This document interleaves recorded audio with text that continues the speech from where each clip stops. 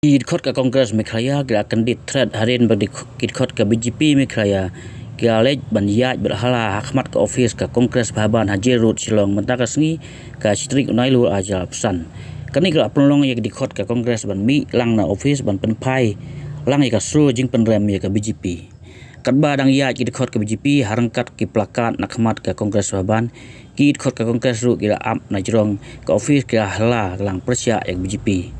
kami kerja BJP kelalik ban rak plakat hakmat Ophis ke Kongres Bahaban kalong ban persya ya ke keren tomet Kyrkait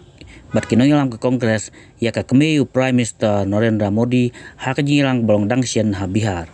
nakali yang kinongilang ke BJP kelalik ban ai ijaharu hasada police station persya ya ke Kongres hak ni kinongilang rak plakat ke BJP hakmat ke Kongres Bahaban layo i ba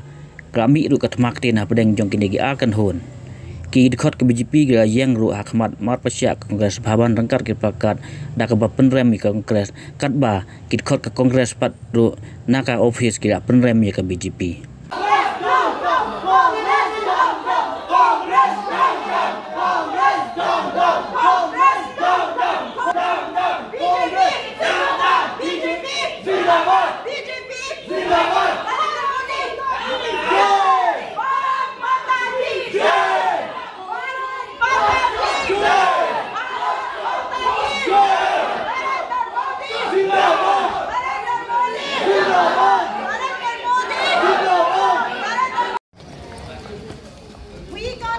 Congress Party. We condemn. Congress Party. We condemn. Congress Party. We condemn. Congress Party.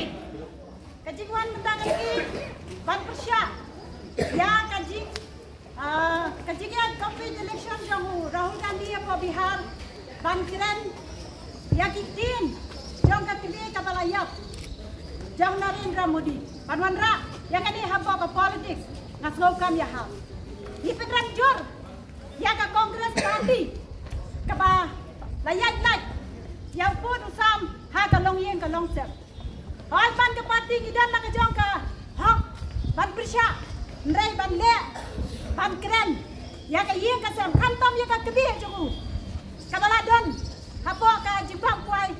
jogu ble dengan slow bakam ya hab ban di persya jur barang yang diki nok yalam jong ke BJP Meghalaya di persya jur pan barak ini kutkam jangka BJP Parti di persajur yang akan digajing le ban diladan kaya Pak Yaru bangin Pak setia nak pemerintah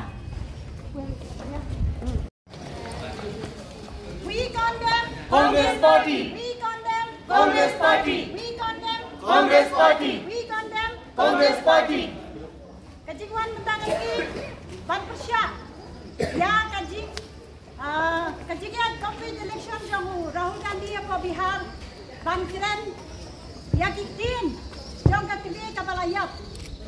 jong Narendra Modi ban wanra yang kini haba ke politik ngaslokam ya hal. Ipetran jur ya ke Kongres Parti ke ba layat laj yang pun usam ha ke long yen ke long sep